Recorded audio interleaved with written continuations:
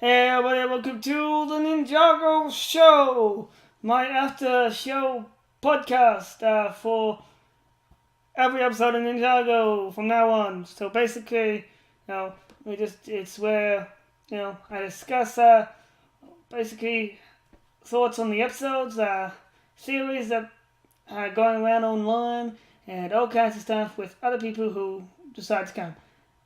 This week's person is NinjagoNewsTV. Anyway, cue intro. I'm sorry, I don't have any cool intro. Not yet. The more people that watch my stuff will help me be able to get cool intro for this. Like with Ninjago, non-copyrighted Ninjago music, or stuff that sounds like Ninjago. So make sure you hit that like button. Also in the comments below, if you have any non-copyrighted music that sounds like Ninjago music, let me know, because I would really be awesome to have a awesome intro. But anyway, enjoy the segment. I'm ready whenever. Alright, well anyway, first thing is I've seen some of your review, which I will say your new reviews are pretty good. Pretty gets to the point, so awesome. So from what I gathered, you enjoyed this episode? Yeah, I did. Thank you. I did actually enjoy it. It was good, not great.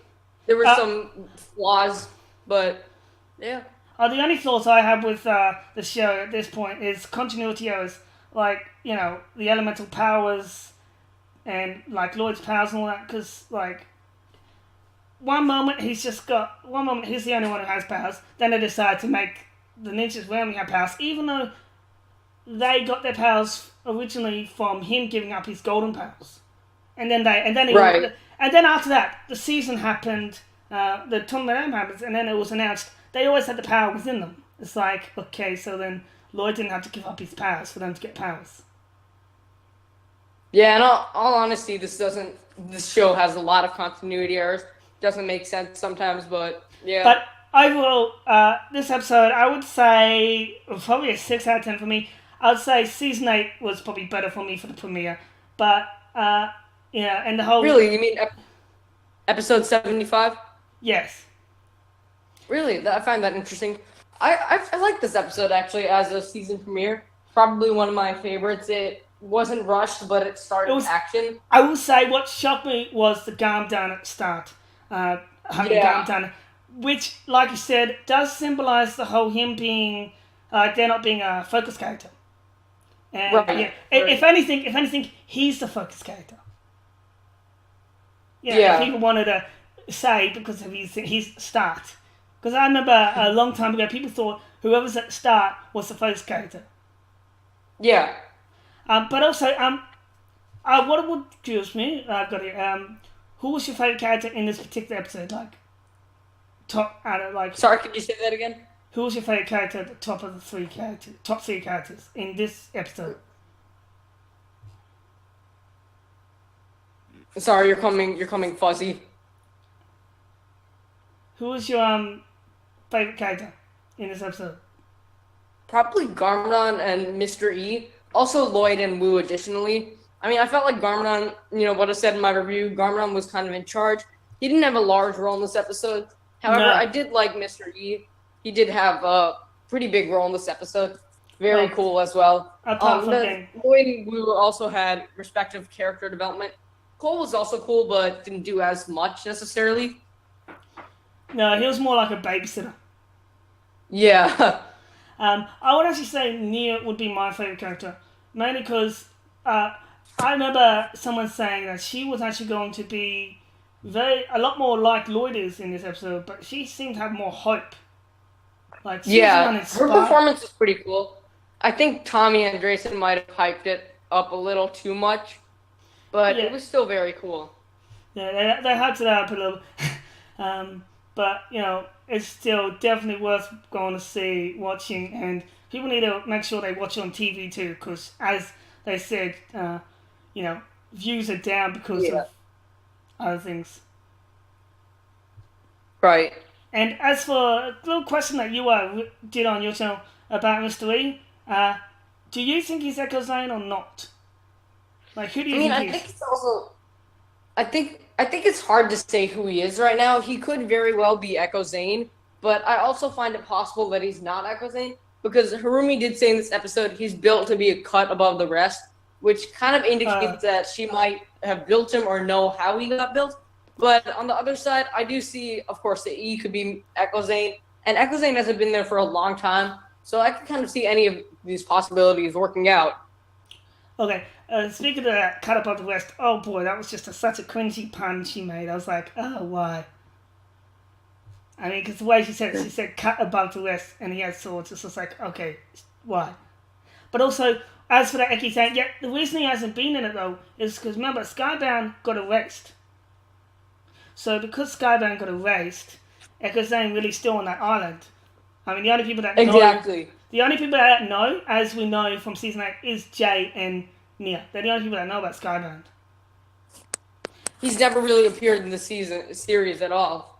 Yeah, someone said they saw him on the truck with the Masters, but I didn't see it. Right.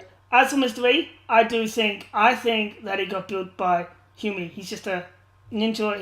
He's not any past character. He's just a new character, which would be better than having an Echo Zane, to be honest. Yeah, I mean, I could see him being a new character also. I think the community would definitely be very underwhelmed because his identity was built up from the very beginning. Everyone's thinking that he's Pythor or the Overlord especially, or even Onyx. His eyes, you could go from his eyes, the Overlord, but then they're also a little bit more girly. If you actually look, they look a little bit more girly. So they're obviously designed by Humi. I mean, I don't think it's the Overlord because, I mean, the Overlord is super powerful. So if he was the Overlord, then he'd probably be doing a lot of stuff behind Harumi and Garmin. Before Humi was revealed.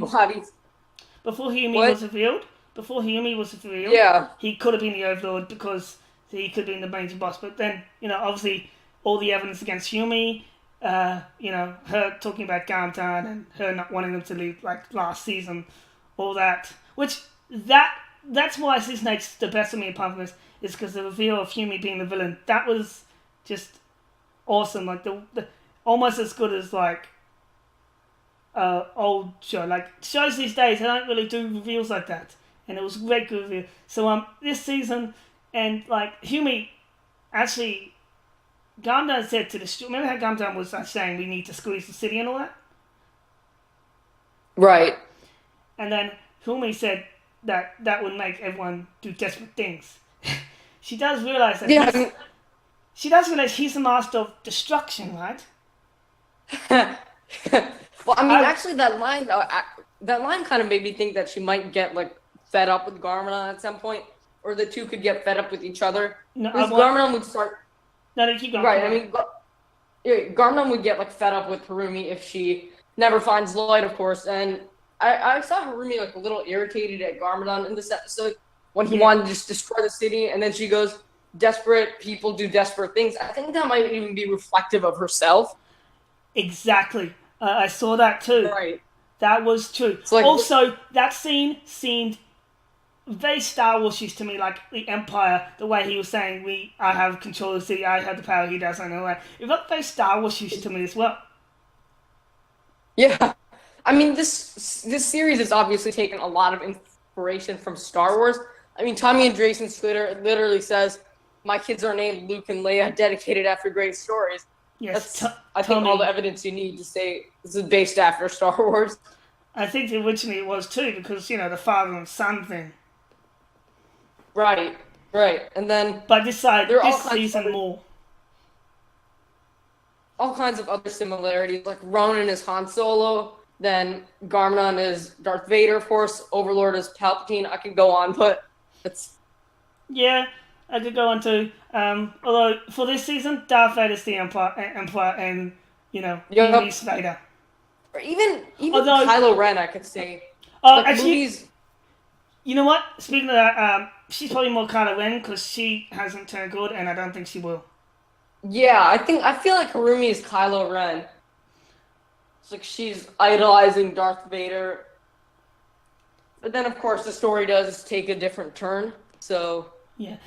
One thing I did like the role that SOG had in hunting when they were hunting down that scene when obviously they were hiding Like Kilo and Mr. E, I really liked them, and like the way Kilo was instructing his men, that was pretty cool.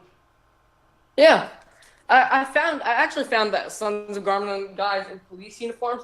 I don't know why, but that just the visual appearance actually cracked me up. Just found that really funny. Yeah.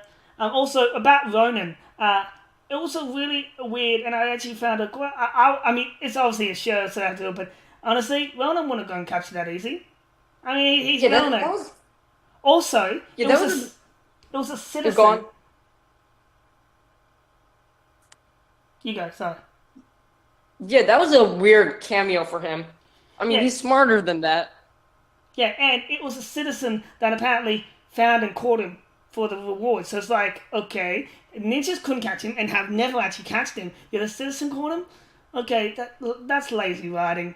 Come on, he was so survived more than that. In fact, he could have done it more. The only thing that would stop him would be calm down and the Titan. I mean, even the police commissioner. How did he get captured? I mean, what happened to the rest of the police force?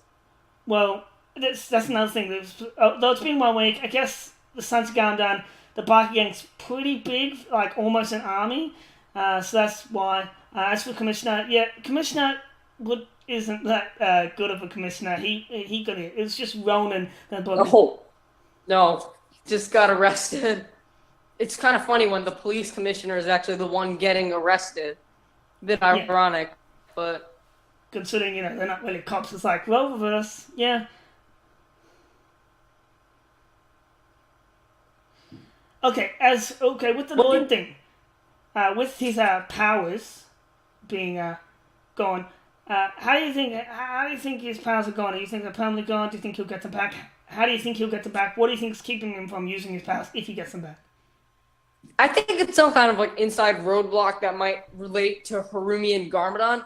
Like maybe if he heals something with Harumi, he could potentially get his powers back. But at the same time, not really sure. There's definitely like science to losing your elemental powers also. But they did say he lost his elemental powers like after he battled with Garmadon.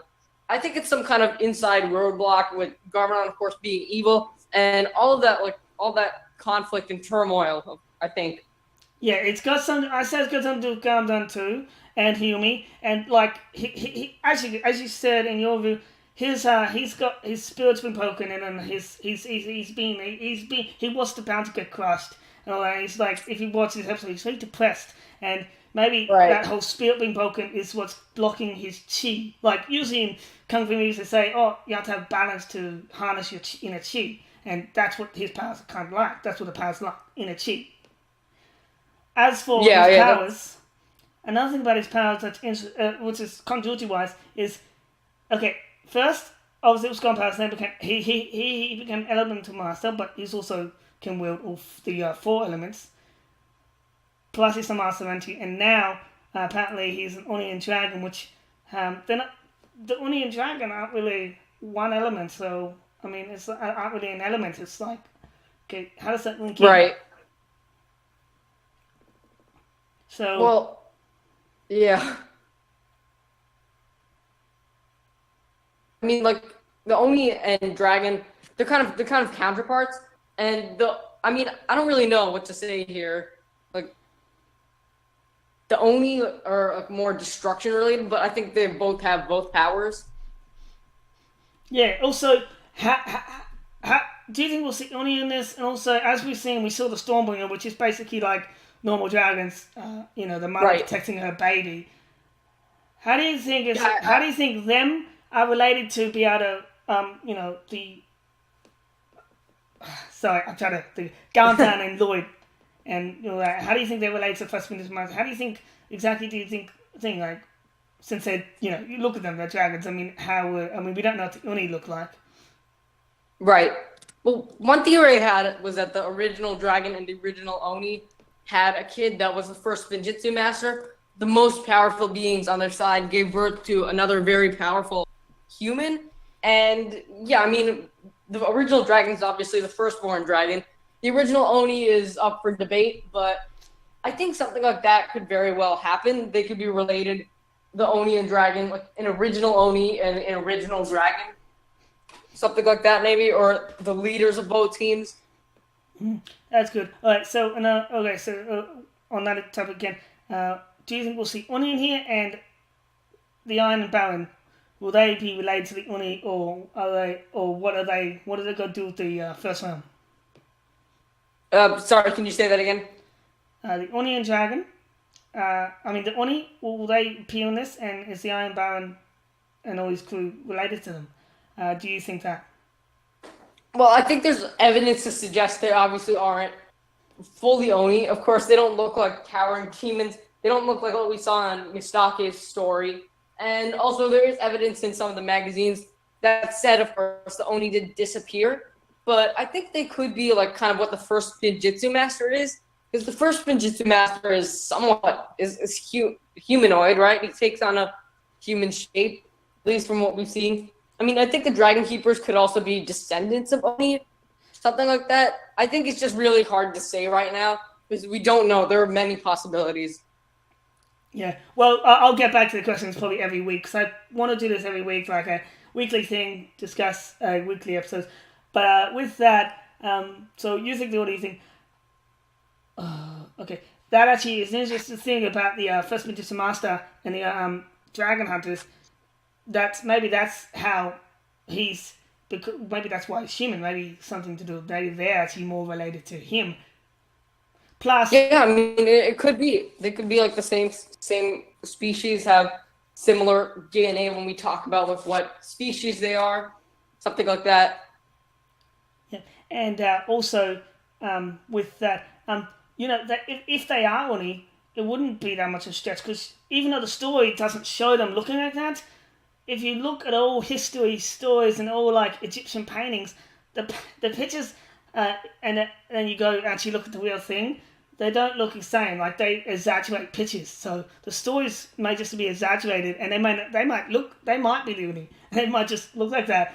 Story may just exaggerate them. Oh yeah, that's definitely true. Like the Overlord, his flashback, his backstory, obviously, he looked very different than how he actually did. That could do something to do with history, but it could also be an exaggeration also. Yeah. Alright, so and finally, about the Overlord, this is just a fun little thing I was thinking.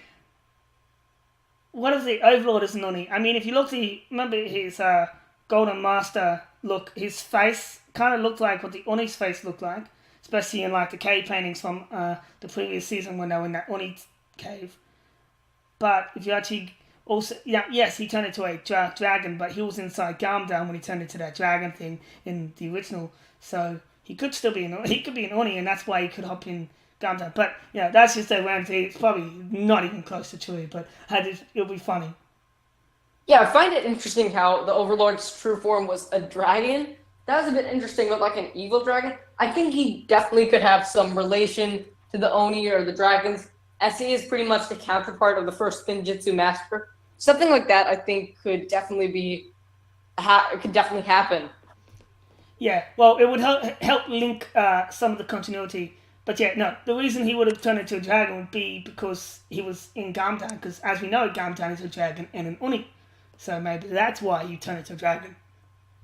Oh, that's actually a really good theory. That's another possibility, but Garmdown was never really a full dragon, but I definitely think that could happen if he just like invokes. It doesn't matter if he's a full dragon. It's because it doesn't matter if he's a full dragon. He had dragon blood in him, and since Overlord was metamorphosing, he could have been, yeah.